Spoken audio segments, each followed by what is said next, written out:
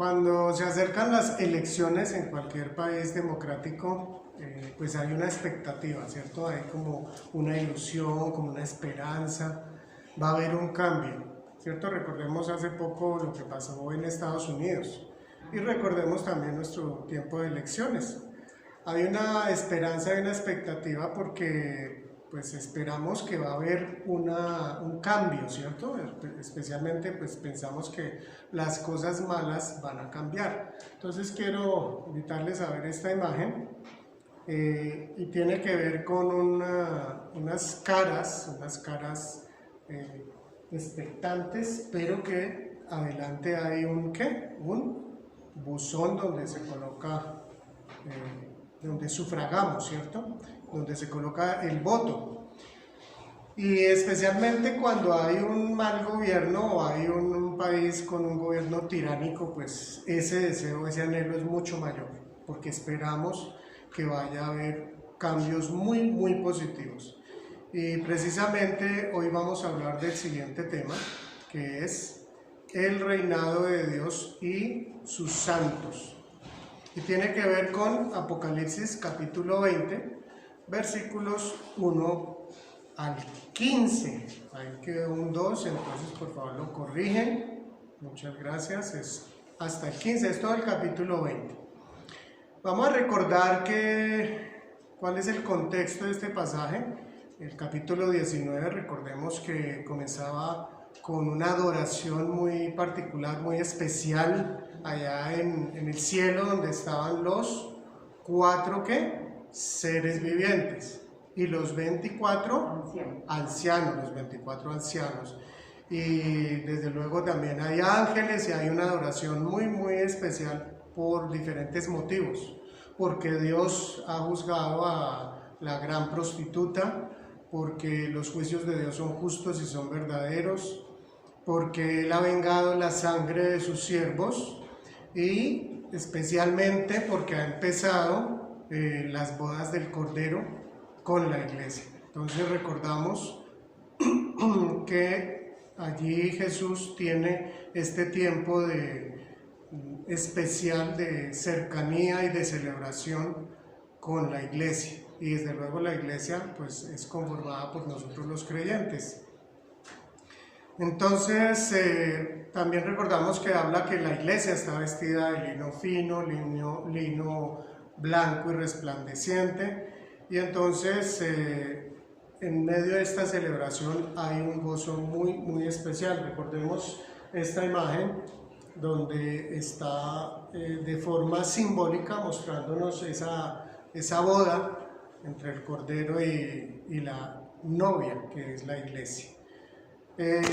También entonces vemos que en una segunda parte de este capítulo nos habla del jinete que viene en el caballo blanco, y ese jinete pues recordamos que es Jesús es ese jinete, y también nos habla de 4 títulos que él recibe. Uno de estos 4 títulos solo lo conoce él, y los otros 3 títulos son: él es fiel y verdadero, él es el verbo de Dios, la palabra de Dios, y él es el Rey de reyes y Señor de señores. También nos dice que tiene ojos resplandecientes como de fuego, tiene muchas diademas en su cabeza y ese manto teñido de sangre. Además, pues de pronto una imagen que nos cuesta pues plasmarla es que de su boca sale una espada muy afilada, y con esa espada él hiere a las naciones. También va acompañado de los ejércitos del cielo. Ahí no nos dice exactamente quiénes son, pero podemos concluir que es su iglesia. Dice que son capturados la bestia y el falso profeta. Entonces recordemos, ya está la gran prostituta, la gran Babilonia, el falso profeta y el anticristo, básicamente, que es la bestia. Todos los demás que acompañan a estos personajes enemigos de Dios son destruidos, dice, por la espada que sale de la boca de Jesús. Y termina este capítulo 20 iniciando una segunda cena. ¿Recuerdan esa cena cuál era? ¿Quiénes eran? Las bodas del Cordero. No, como termina el capítulo, que son unas aves que un ángel las invita a que coman, ¿qué? Carne de reyes. La carne de todos los que mueren, son por lo visto muchísimos los que han muerto pues ya en esa segunda venida de Jesús, que Él viene pues a hacer justicia. Esta última parte entendemos que faltó pues aclararlo, tiene que ver o es la batalla del Armagedón. Esa batalla del Armagedón, que a veces es nombrada, la encontramos claramente nombrada en el capítulo 16, verso 16. Dice: entonces los espíritus de los demonios reunieron a los reyes en el lugar que en hebreo se llama Armagedón. Eso está en capítulo 16, verso 16.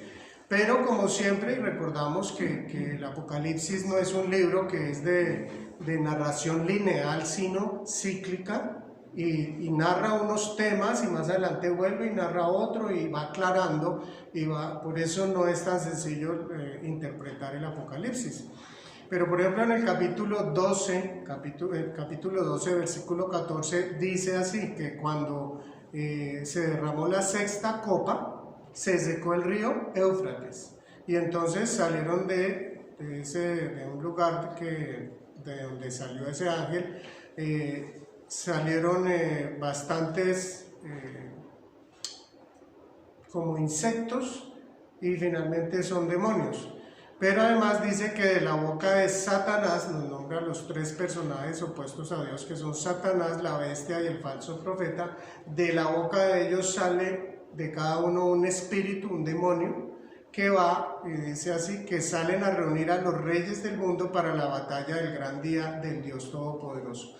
Ese también tiene que ver con el día de la batalla del Armagedón. Entonces, recordemos esa batalla con la que termina el capítulo 19, es la penúltima batalla. Hoy vamos a ver la última de las batallas con la que Dios, más exactamente Jesús, hace justicia.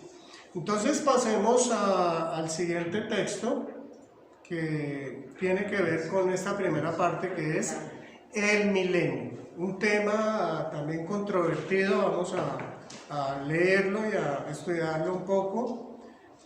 Esta primera parte va desde el verso 1 hasta el 6, dice así: vi además a un ángel que bajaba del cielo con la llave del abismo y una gran cadena en la mano. Sujetó al dragón, a aquella serpiente antigua que es el diablo y Satanás, y lo encadenó por 1000 años. Lo arrojó al abismo, lo encerró y tapó la salida para que no engañara más a las naciones hasta que se cumplieran los 1000 años. Después habrá de ser soltado por algún tiempo. Esta siguiente imagen nos ayuda a tener una idea de pronto de ese ángel que baja con ¿qué? ¿Qué tiene en la mano? Una cadena. ¿Y qué es lo que hace entonces con esa cadena? Bueno, nos recuerda este ángel también al capítulo 9.1, que dice que tocó el quinto ángel su trompeta, y pues también entonces dice que iba con la llave del pozo del abismo. De allí sale humo y de entonces salen muchas langostas. ¿Qué es el abismo? El abismo es el lugar de encierro de los espíritus malignos. Ese es el abismo, el lugar de encierro de los espíritus malignos. De allí recordemos que sale la primera bestia. La primera bestia es el anticristo. Y eso lo encontramos en el 11, capítulo 11, verso 7, y en el 17:8. También salen los demonios, recordemos en Lucas 8:31, que cuando Jesús expulsa a los demonios al endemoniado gadareno, ellos le dicen a Jesús que por favor no los mande al abismo. Esa legión de demonios le dicen a Jesús que no los envíe al abismo. Entonces por eso Jesús lo envía a ese hato de cerdos que salen pues hacia un desfiladero. También encontramos que, bueno, en esta primera parte, el ángel, en el verso 2, el ángel sujetó al dragón, pero además aclara Llama la atención que aquí dice varios términos refiriéndose a Satanás, ¿cierto? Dice, sujeto al dragón, la serpiente antigua, el diablo, que es el diablo y Satanás. Usa pues varios términos para referirse, mejor dicho, que no quede ninguna duda de qué personaje es al que este ángel acaba de encadenar, ¿no? Y entonces, pues, ¿qué es lo que hace con este ángel, ¿no? Perdón, con Satanás. Dice que él baja del cielo y lo encadena por 1000 años. Fijémonos que esta palabra 1000 años aparece en total 6 veces, aparece en uno en cada versículo, pero es la única parte en la Biblia que habla de este periodo de tiempo. En ninguna otra parte habla de los 1000 años, que se le ha llamado desde luego pues el milenio. Y este término en griego es hilia ete, que significa 1000 años, o sea, la palabra como tal milenio pues no existe, es 1000 años. Y en esta parte pues ha habido muchas interpretaciones, porque hay algunas inquietudes que ahora las veremos. ¿Por qué? Porque se habla, estos 1000 años, ¿será algo simbólico o será algo tal cual como está escrito? 1000 años calendario, ¿serán así, 1000 años? Algunos lo interpretan como que significa, es simbólico, pero que está simbolizando un periodo ideal de una victoria definitiva de Dios sobre Satanás. ¿Por qué? Porque dicen es 10 por 10 por 10. Entonces esa multiplicación, esas 3 veces el 10 que es multiplicado, que da 1000. Entonces, sí, está simbolizando eso. Desde luego es una interpretación, y recordemos que el libro del Apocalipsis es básicamente un libro que tiene mucha simbología. Es el libro que se considera de mayor simbología de la Biblia. Toda literatura que tiene que ver con profecía, literatura profética, es simbólica, tiene mucho de simbología, y lo que complica precisamente es poder interpretar cada uno de esos símbolos. Bueno, y en el verso 3 dice que es arrojado al abismo y encerrado por 1000 años, pero después será que soltado por poco tiempo, por un tiempo, o sea, no va a ser indefinidamente, es por un tiempo definido. Bien, pasemos entonces a la segunda parte, al cuarto versículo, que tiene que ver todavía con el milenio. Es un verso bastante extenso y dice: entonces vi tronos donde se sentaron los que recibieron la autoridad para juzgar. Vi también las almas de los que habían sido decapitados por causa del testimonio de Jesús y por la palabra de Dios. No habían adorado a la bestia ni a su imagen, ni se habían dejado poner su marca en la frente ni en la mano. Volvieron a vivir y reinaron con Cristo 1000 años.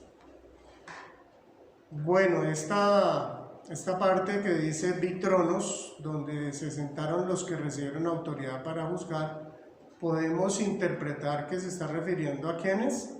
A los santos, es decir, a los hijos de Dios, y a ellos se les da el derecho a reinar ¿por cuánto? Por 1000 años. Tiene bastante similitud este texto con un texto que aparece en el Antiguo Testamento, que es en Daniel 7. Daniel 7, voy a leer versos 9, 22 y 27.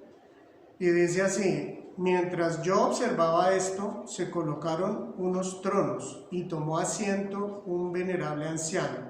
Su ropa era blanca como la nieve y su cabello blanco como la lana. Verso 22, entonces vino el anciano y emitió juicio en favor de los santos del Altísimo. En ese momento los santos recibieron el reino. Entonces se dará a los santos, que son el pueblo del Altísimo, la majestad y el poder y la grandeza de los reinos. Su reino será un reino eterno, y lo adorarán y obedecerán todos los gobiernos de la tierra. Pues llama la atención este texto, esta profecía que se encuentra en Daniel, porque tiene mucho tiempo de diferencia con respecto al libro de Apocalipsis. porque el libro de Apocalipsis fue escrito más o menos, calculamos, hacia el año 100 después de Cristo, mientras que Daniel fue escrito más o menos cerca de unos 550, 600 años antes de Cristo. Y tiene también total armonía lo que estamos leyendo con algo que dijo Jesús en Mateo 19, 28. Este tiempo, pues en esta cita, pues nos está hablando del mismo tema y dice Jesús así: les aseguro que en la renovación de todas las cosas, cuando el Hijo del Hombre se siente en su trono glorioso, ustedes que me han seguido se sentarán también en 12 tronos para gobernar a las 12 tribus de Israel. Así que el tema del gobierno de la iglesia, pues de los creyentes, no es un tema que sea muy por allá como escondido. Es un tema realmente que nos está revelando de una y otra manera, incluso desde el Antiguo Testamento.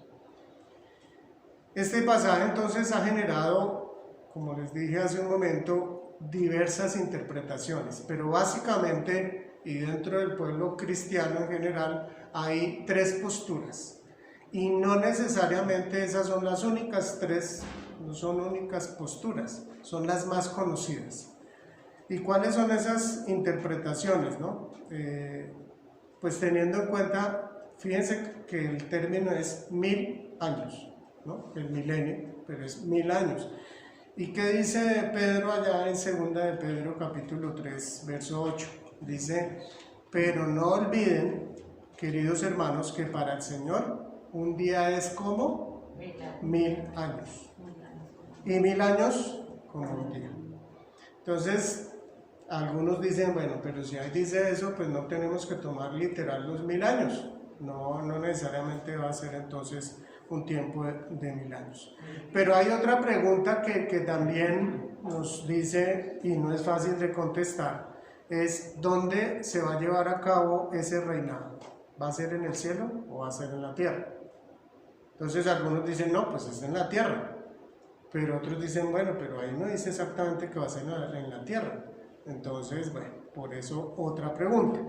Y una tercera pregunta es sobre quiénes van a estar reinando, si es que todos los enemigos de Dios ya han muerto. ¿Recuerdan lo que vimos terminando el capítulo 19? Que Dios destruye a los enemigos con su espada que sale de su boca. Allí en el 19:21, así termina este capítulo, dice: los demás fueron exterminados por la espada que salía de la boca del que montaba a caballo, y todas las aves se hartaron de la carne de ellos. Entonces, estas inquietudes, pues ahí quedan, pero, pues bien importante, son aspectos y no podemos, mucho menos con Apocalipsis, esperar, aunque lamentablemente sí hay muchas personas que así lo hacen y además lo enseñan, que eso puede ser, el Apocalipsis es súper claro y en todos los detalles, eso no hay ninguna duda, y eso no es así. Entonces, este pasaje en particular es bastante difícil, tal vez es el más difícil de los más controvertidos. Bueno, y luego hablaremos de las tres posturas del milenio. Bueno, el siguiente versos 5 y 6 dice así: esta es la primera resurrección.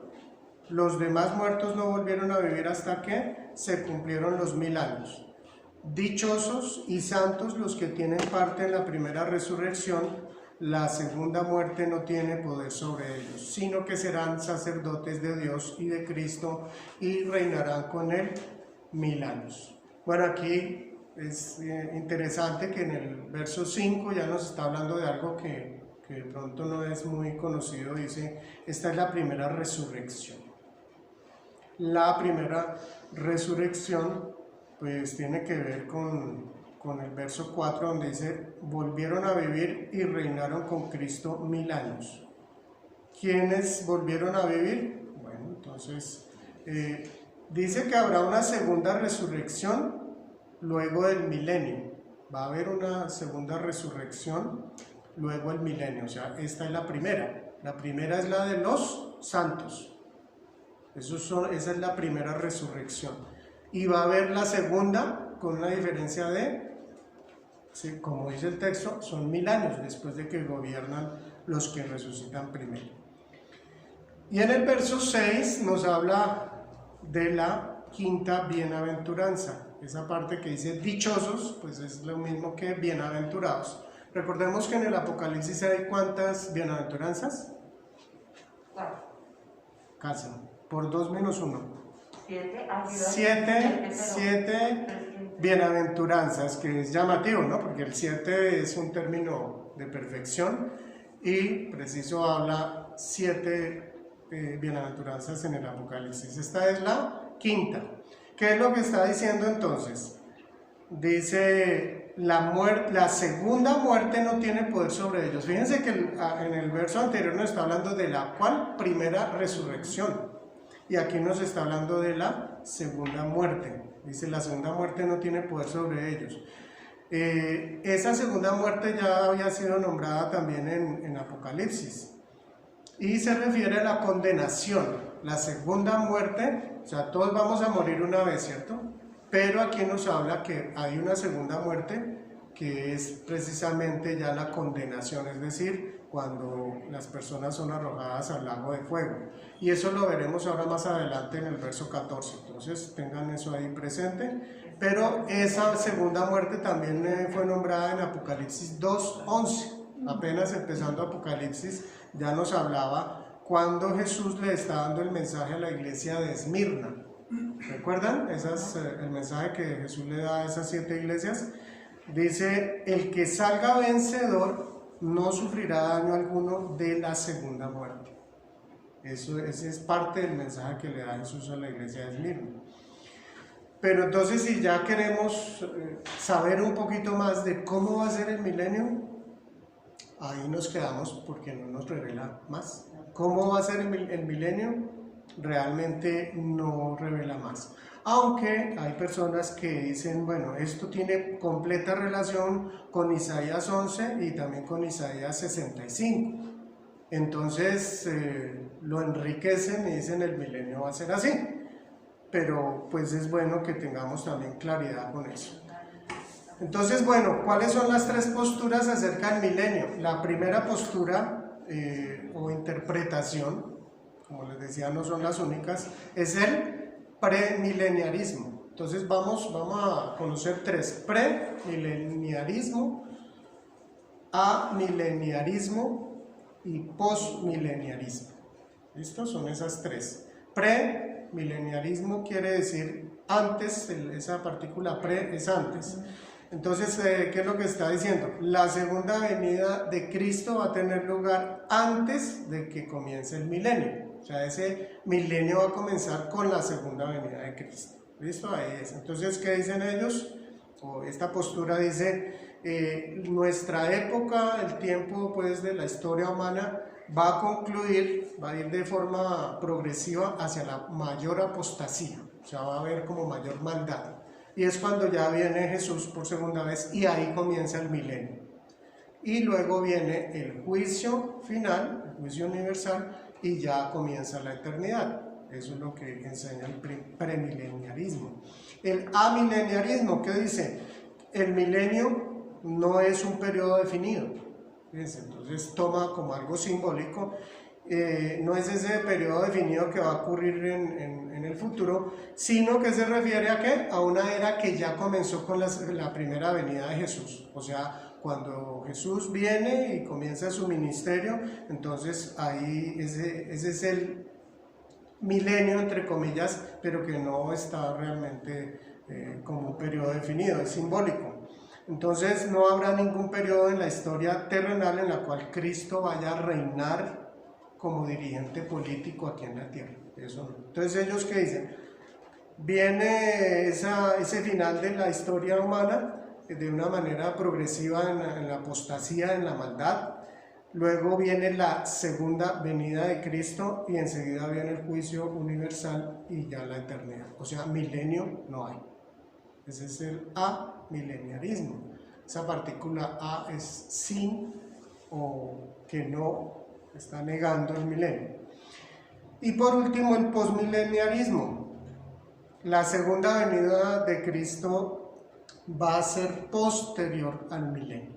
O sea que antes de que venga esta segunda venida habrá una edad de oro. Ojo con esto, va a haber una edad de oro que se va imponiendo lentamente mediante ¿qué? Mediante el evangelio que va siendo predicado. Entonces el evangelio va a lograr transformar, pues Dios a través del evangelio, la sociedad humana, y cuando ya esté lista es cuando viene Jesús. Así que hay bastante optimismo, diría yo, en el desarrollo y la evolución pues, del género humano. Entonces, ¿qué dice? Nuestra época de historia humana va a concluir con un final progresivo de justicia y de rectitud. Luego vienen los 1000 años y enseguida viene Cristo. Luego viene el juicio universal y finalmente la eternidad. Entonces, estas son las tres posturas. Cada postura daría para profundizar muchísimo. También tienen textos bíblicos, muy interesante cada postura, porque no es así tan corto pues como lo he transmitido hoy, pero pues seguimos con nuestro texto de Apocalipsis. Y vamos ahora hacia la segunda parte, que es este texto desde el verso 7 hasta el 10, y tiene que ver con el juicio a Satanás, otro evento súper importante, y dice así: cuando se cumplan los 1000 años, Satanás será liberado de su prisión y saldrá para engañar a las naciones que están en los 4 ángulos de la tierra, a Gog y a Magog, a fin de reunirlas para la batalla. Su número será como el de las arenas del mar. Marcharán a lo largo y a lo ancho de la tierra y rodearán el campamento del pueblo de Dios, la ciudad que Él ama.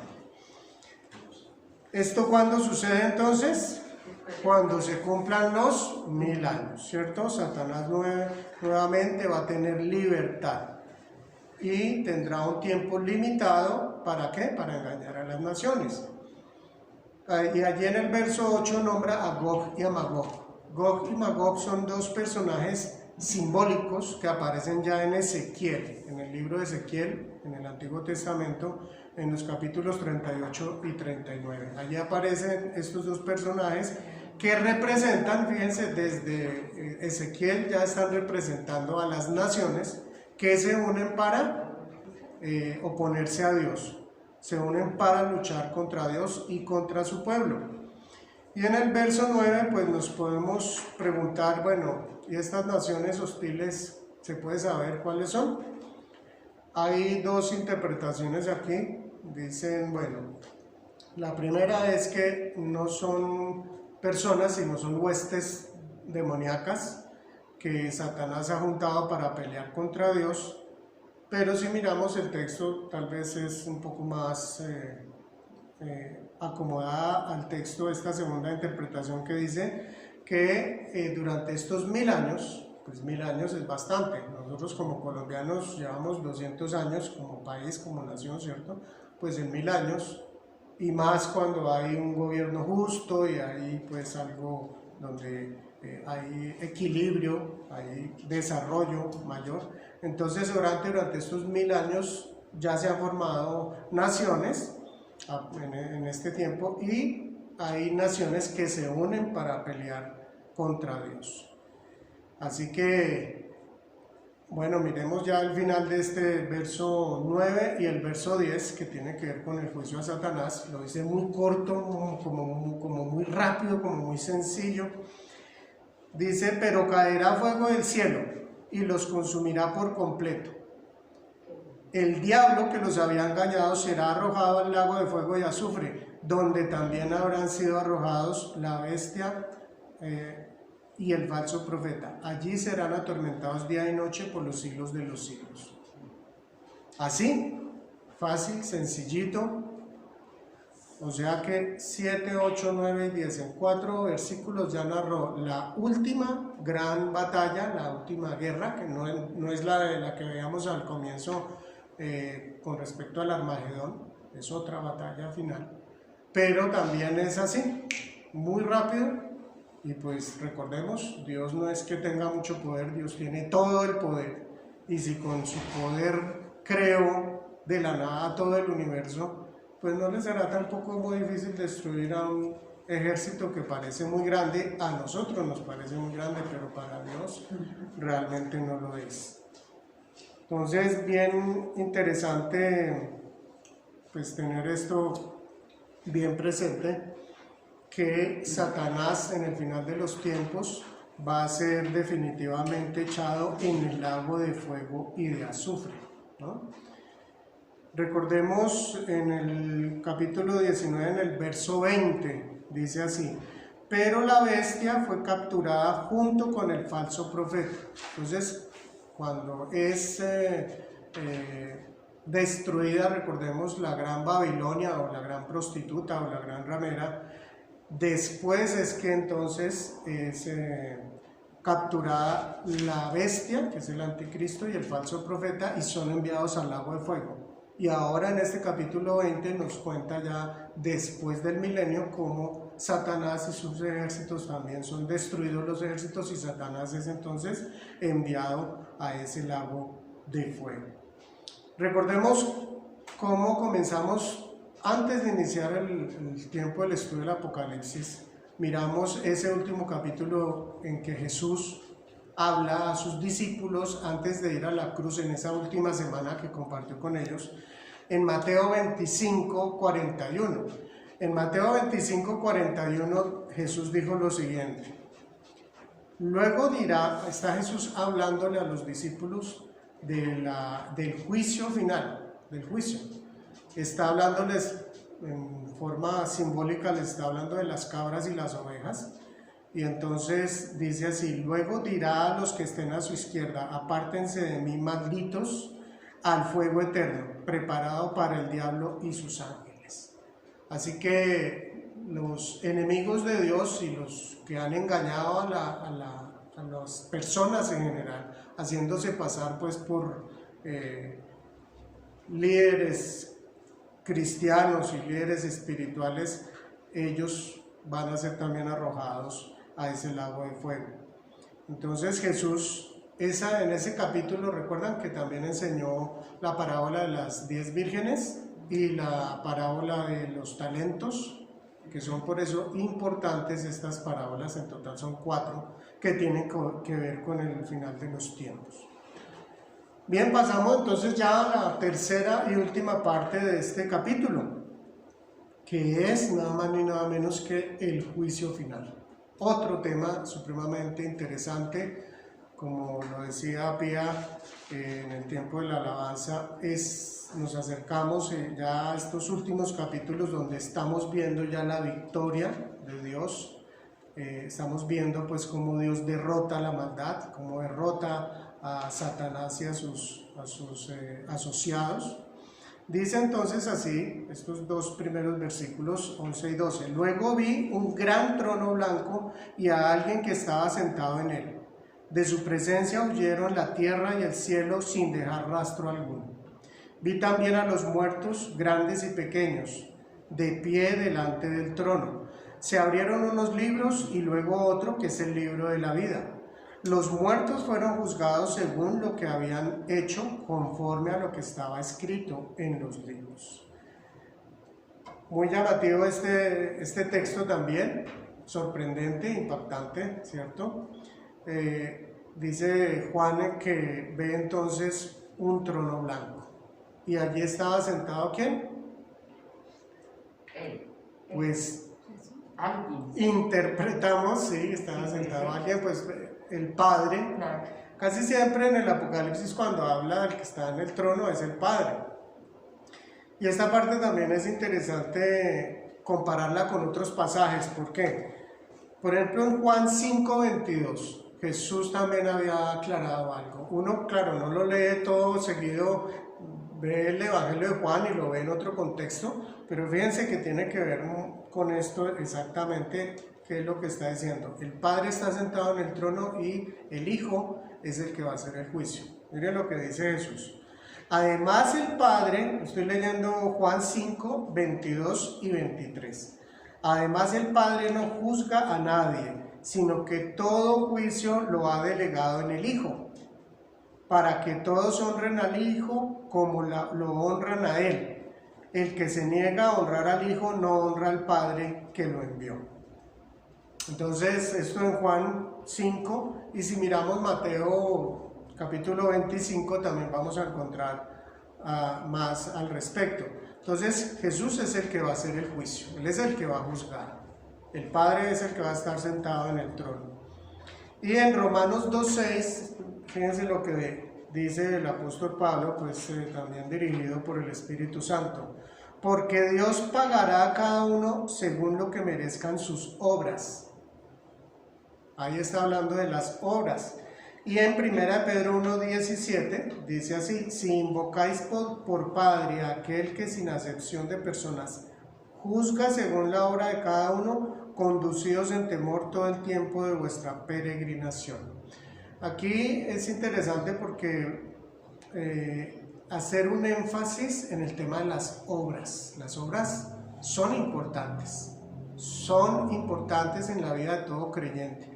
No para salvación, porque nosotros somos salvos por fe en Jesucristo, pero como consecuencia de esa salvación sí debe haber una evidencia, unos hechos que son notorios, que son evidentes para los que nos rodean. Recordemos lo que nos dice Santiago 2, 17 y 18. Así también la fe por sí sola, si no tiene obras, está muerta. Sin embargo, alguien dirá: tú tienes fe y yo tengo obras. Pues bien, muéstrame tu fe sin las obras y yo te mostraré la fe por mis obras. Así que el juicio tiene que ver con las obras. Recordemos Filipenses 4:3. Dice: y a ti, mi fiel compañero, está hablando el apóstol Pablo a los filipenses, pero aquí en particular a una persona, te pido que ayudes a estas mujeres que han luchado en la obra del Evangelio, cuyos nombres están en el libro de la vida. Está haciendo referencia al tema del libro de la vida, porque aquí encontramos que nos habla del libro de la vida.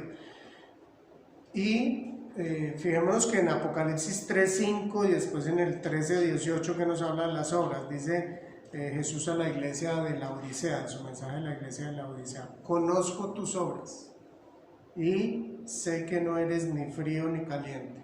Ojalá fueres lo uno o lo otro. Y es cuando dice: te vomitaré de mi boca.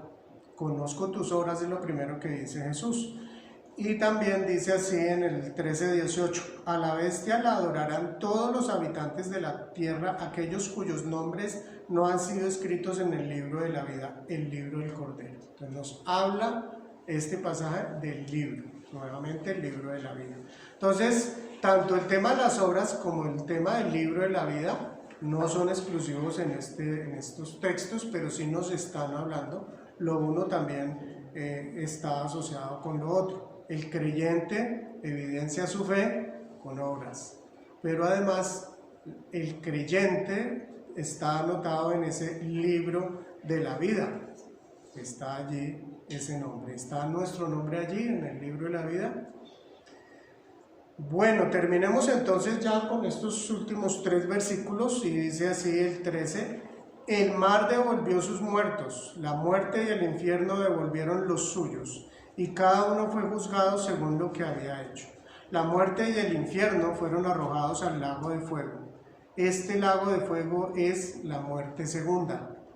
Aquel cuyo nombre no estaba escrito en el libro de la vida era arrojado al lago de fuego. Verso 13 entonces nos está diciendo que el mar devolvió a sus muertos. También la muerte y además el infierno devolvieron también a sus muertos. Llama la atención aquí el término que dice infierno. ¿Por qué? Porque, por ejemplo, si nosotros vamos a la Reina Valera, dice y el Hades, o sea, dice la muerte y el Hades devolvieron a los suyos. Y si vamos a la Nueva Traducción Viviente, dice la muerte y la tumba. O sea, que ese mismo término que es traducido como infierno, ese término en hebreo es Seol. Y en el texto griego, la palabra que aparece exactamente es Seol. Ahí dice Seol. pero si se hubiera traducido esa palabra al griego es la palabra Hades, que es la que usa Reina Valera. Entonces ese término Seol se traduce como infierno, como abismo, como el lugar de los muertos, como sepulcro o como tumba. Entonces por eso hay esa divergencia en los textos de diferentes versiones, pero finalmente pues tiene que ver con que todos los muertos vuelven, entonces todos los muertos son devueltos y resucitan, ¿cierto? Después de esos 1000 años entonces resucitan los muertos. Y ya en los versos 14 y 15 entonces nos está, de una manera nos está diciendo pues que el último enemigo que va a ser destruido, de acuerdo a que también lo dice 1 Corintios 15, 26, ese texto, toda esa parte del capítulo 15 muy interesante, que nos habla de este tema de la resurrección de los muertos, dice que el último enemigo que será destruido es la muerte. Va a ser destruido ese enemigo. Y pues en otras palabras podemos decir una frase, me llamó la atención, que parece como contradictoria, pero pongámosle bastante atención. Dice: para los que entran en la vida eterna ya no habrá más muerte, pero para los que entran en la segunda muerte ya no habrá más vida. Ya no habrá más vida. Es como decía el escritor de Narnia, C.S. Lewis. Él dijo: finalmente lo que Dios va a hacer en su gran misericordia es darle a cada uno lo que tanto ha anhelado en la vida. Amabas y anhelabas al Señor, vas a compartir con Él toda la eternidad. No querías nada de Dios, querías estar lejos de Él, desentenderte, vas a pasar toda la eternidad sin Él. Terrible, pero muy cierto. Entonces miremos esta última imagen que nos habla de esos rostros de expectativa, de anhelo, de esperanza por un nuevo gobierno. Pero qué mayor y mejor gobierno que el gobierno de Jesucristo y de sus santos. Pasemos entonces a las conclusiones. Les recuerdo, pues las conclusiones no son únicas, el Señor nos revela muchas cosas a través de su palabra, solamente estoy colocando aquí algunos. Esta primera dice: el mal será derrotado y la justicia divina vencerá. Entonces tengamos esa esperanza. Por más maldad que hay en el mundo y que vemos que va como en aumento, cada vez más robos a nivel económico, cada vez hay como cosas más espantosas que uno no termina de sorprenderse de ver tanta maldad, pero tengamos esperanza. El Señor ha prometido que finalmente su justicia va a vencer a la maldad del ser humano y de Satanás. Segunda conclusión: los creyentes participarán del triunfo de Jesús. Los creyentes participaremos del triunfo de Jesús. Es una de las promesas más claras que están en la Escritura. Y muchas veces aparece a lo largo de la Escritura, desde el Antiguo Testamento aparece, ¿no? Tercera conclusión: la fe verdadera del creyente se evidencia en forma tangible en hechos concretos. Porque ser creyente de solo palabra es muy sencillo y muy fácil. Pero cuando es real, cuando es algo del corazón, cuando no es simple religiosidad de apariencia, esa fe se evidencia en hechos, de una forma tangible y concreta. Cuarta conclusión: para los que entran en la vida eterna, ya no habrá más muerte. Esta es la última frase que yo les compartía, y veamos la segunda parte de esa frase. Dice: pero para los que entran en la muerte segunda, ya no habrá más vida. Una invitación para que meditemos en nuestras propias vidas, en nuestra relación con el Señor, en nuestro cristianismo, qué tan práctico es, qué tan evidente es, en nuestra esperanza. No nos desanimemos por tanta injusticia, por tanto dolor, por tanto sufrimiento, porque finalmente esto va a terminar y va a comenzar lo mejor. Lo mejor nos espera entonces. ¿En qué lugar estás tú? ¿Qué te espera para el mundo, para la vida eterna? ¿Qué te espera? ¿Dónde estás tú con respecto a Jesús? Entonces quiero invitarles a que oremos y concluimos. Amado Señor, te damos muchas gracias una vez más por tu palabra que es viva y eficaz, porque es a través de ella que tú tocas nuestro ser, lo más íntimo de cada uno de nosotros. Gracias, Señor, por esa obra perfecta que tú has desarrollado, que sigues desarrollando y que concluirás, como tú nos lo cuentas a través de estas profecías, de estos textos de Apocalipsis. Sobre todo, Señor, ayúdanos a mantener la esperanza, la alegría, el gozo de tenerte a ti en nuestro corazón. Señor, que podamos evidenciar esa relación que tenemos contigo cada día, incluso con las personas que no te conocen, Señor, porque también te están necesitando, al igual que nosotros te necesitamos cada día. Te oramos en el precioso nombre de nuestro Señor Jesucristo. Amén. Dios les bendiga.